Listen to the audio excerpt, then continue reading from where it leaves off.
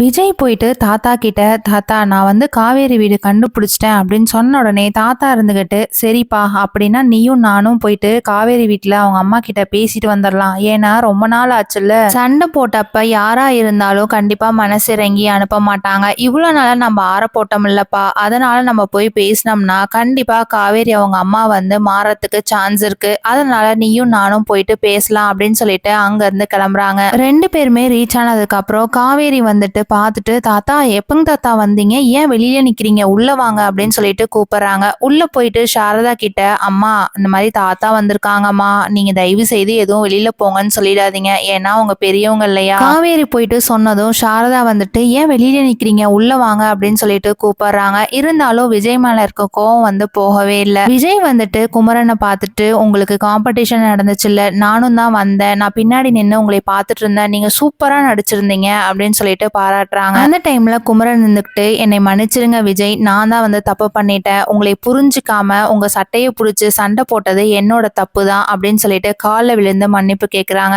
ஐயோ, கால்ல எல்லாம் விழ வேணாங்க. எந்த ஒரு தாயா இருந்தாலும் தான் பொண்ணுக்கு இப்படி நடக்கும்போது யாரா இருந்தாலும் பேசதானங்க செய்வாங்க. அதே தான் அத்தையும் பண்ணியிருக்காங்க. நான் இப்ப சொல்றது தாங்க எப்பயுமே. காவேரியை எந்த ஒரு விஷயத்துக்காகவும் இனி கண் கலங்க மாட்டேன், நான் நல்லாவே பார்த்துப்பேன் அப்படின்றாங்க. சாரதா என்ன முடிவு பண்ண போறாங்கங்கிறத வெயிட் பண்ணி பார்க்கலாம். தேங்க்யூ.